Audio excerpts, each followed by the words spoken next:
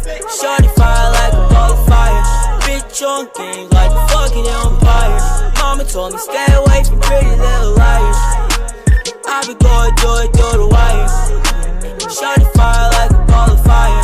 Bitch on game like the fucking empire. Mama told me stay away from pretty little liars. Yeah, what now? Yeah, niggas pissed off, I left the background. Yeah, my sound. I'm back again with another book review. My hair is killing me right here. The sun is like, the heat is getting me.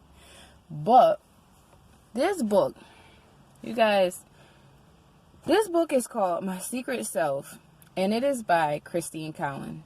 Listen, at first I was like, this book, like, I didn't know. Sometimes I get a little nervous when I'm reading books that are like kind of like biography form, because I'm just like, I'm kind of that a-hole that's like, damn, like, what if they think that their life was interesting, but it really wasn't? What if they think that their life was relatable, but really it's just like, girl, I don't know what the hell you're talking about.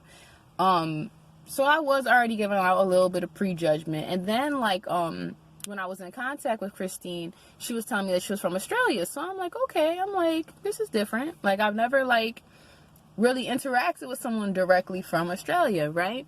Or even, like, heard, like, an upcoming story or, like, a story of someone's upbringing from Australia. So I'm like, okay, I'm all into it. Y'all, when I say this book was so relatable for me in comparison to like my upbringing and things that I experienced with my family, that it was almost disturbing, because there were some parts where it was just like, you kind of wished it didn't happen to someone else. And the main, like, the story, like, it's not even a story, this is her life. Christine, like, the things that she went through, it's just tragic to know that that happened like in the 50s and the 60s and the 70s, and it's still happening today. This is definitely one of those books where I would say, I should have said it earlier, but this is definitely one of those trigger warning type of books. It's not like it has, like, direct, like, violence in it, but it does talk about, like, molestation and, like, sexual things that just are not appropriate whatsoever. So if that's something that would, like, trigger you, I would not recommend reading the book. Or just skipping over those parts when you feel like it's getting close to it, because it's not like it went into extreme detail. It just, some people aren't ready to read things like that, so I understand. But as far as Christine's upbringing goes,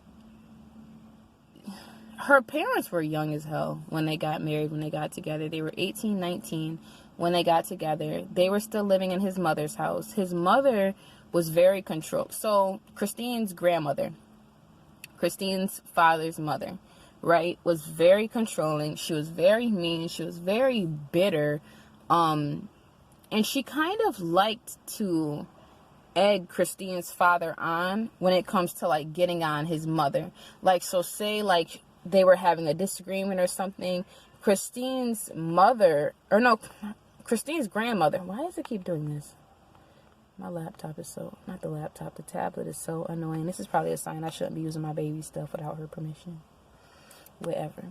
But I'm trying to see, because I want to remember her father's name. I know it's going to skip over me right now. It don't even really. Her father's name was Max. That's what I thought it was. So her father's name was Max. So sometimes if they had a disagreement, and if the grandmother felt like the mom wasn't listening enough to, like, her husband, she would really try to encourage the husband in front of the kids to beat on the wife. Like, oh, she's not a good wife, hit her, just hit her. Like, what? Like, stuff like that to me is just like, it's very clear that it was like a while ago, but this shit still happens today. As far as even the grandmother went, the grandmother made an extreme effort to pin her kid, like, to pin Christine and her siblings against the mother, Carol, right?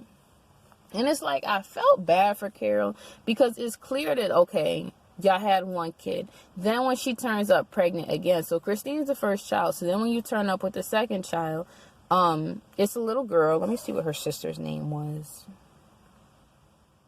because the name is completely skipping. So Maxine. So I'm believing Maxine is named after the father, Max, right? So then once Carol is pregnant with Maxine, it's like Carol's the only one that's blamed for it. Like, damn, she's pregnant again. Come on now, we can't afford another baby. Like, how?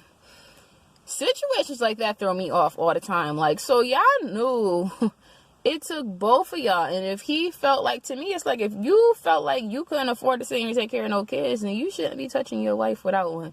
Whatever. But, so Max is upset. The grandmother's upset. Everybody's upset, and that's putting mad unnecessary pressure on Carol. And it's just like, Carol cannot catch a damn break. No matter what she does, even when she tries to make a decision to sit here and be happy in a healthy relationship outside of the abusive bullshit that she has going on with Max, she's not allowed to be the parent that she could be. She's not allowed to sit here and take all of her children away from the situation, because the grandmother is standing so firm on not allowing that to happen. The grandmother's like, oh, you can take this one, but you can't take the other two. For me, that stuff is so relatable, because sometimes certain members in certain families get a little too caught up in thinking that they have this way bigger say in how shit goes with your kids when they don't. I get that everyone gets attached to kids, but some people really and truly think they are the third or fourth parent. And it gets to a point where sometimes you really and seriously have to draw that fucking boundary, and you really and seriously have to walk away, because it's like, although I appreciate your bond and your connection that you have with my children, I appreciate all that you do for them, you got me fucked up if you think that you're going to sit here and you're going to dictate how things are going to go with my children, how they're going to be dressed, how they're going to be bathed. And that's exactly what Carol went through with the grandmother. Now, when the grandmother sat here and told her, oh, you can't take this baby, I don't know how things are in Australia. I don't know how things were 40, 50 years ago. I don't know how they were. But in today's time, that shit's not happening with me.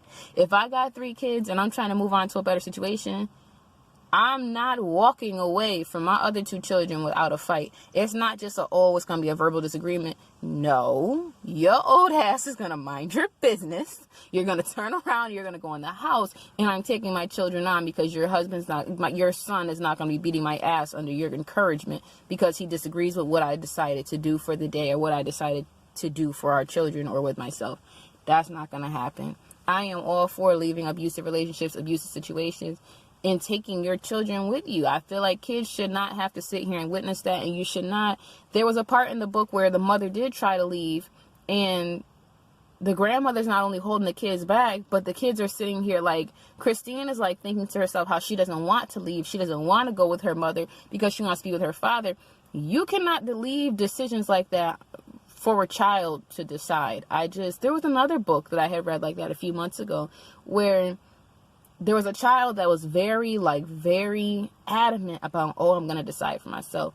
That's not a decision that I'm leaving for a child to decide. If I know that I'm leaving them with someone abusive, that it wouldn't have went down the way that it went down. And I felt bad for everyone. When it's funny because the tables do turn eventually. The tables do turn. To the point where the grandmother was at first encouraging, oh, beat her ass, she's not listening, she's not a good wife. She's sitting here using her son. She's using her son, right? And she's using him as like a fear tactic for the wife, Carol. It's funny, it's funny, but it's not. But it's funny how those tables always turn. When the grandmother finds herself in a situation years later, as time goes by, when the grandmother finds herself in a situation where medically she's not who she used to be, she's not where she could be, she can't take care of herself the way that she used to. It's funny the way that where you were once using Max to sit here and threaten Carol, oh, you better do as I say or else I'm going to tell your husband, oh, you need to do as your husband says. It's funny when those roles and the tables are reversed, when it becomes, oh, well, you need to do what I say or else I'm going to tell your son. So it's just like, the book was good. It was very sad, but it was good. I would definitely give it a 4.3 out of 5 stars because it was so damn relatable. Heartbreaking in many ways, but very relatable. So I'm dropping the book cover right down here. You guys check out Christine Cowan. Please check her out because, oh my God, it was a really good story. I feel like, I keep calling it a story, but it's her life. So it was heartbreaking, y'all. It was real heartbreaking. The only book that I read that kind of affected me, because it was like a biography type book, the only book that I can think of that affected me the way this book affected me was that Cupcake by Cupcake Brown. That book had a hold on me. I'll never forget that book. I'm sure I'll never forget this book. So, yeah, let me know what you guys think. I'm trying to remember. I think this book was on Kindle Unlimited, so go ahead and check it out. There's a school bus going by, so that's my sign to say that I'm out. There goes the school bus.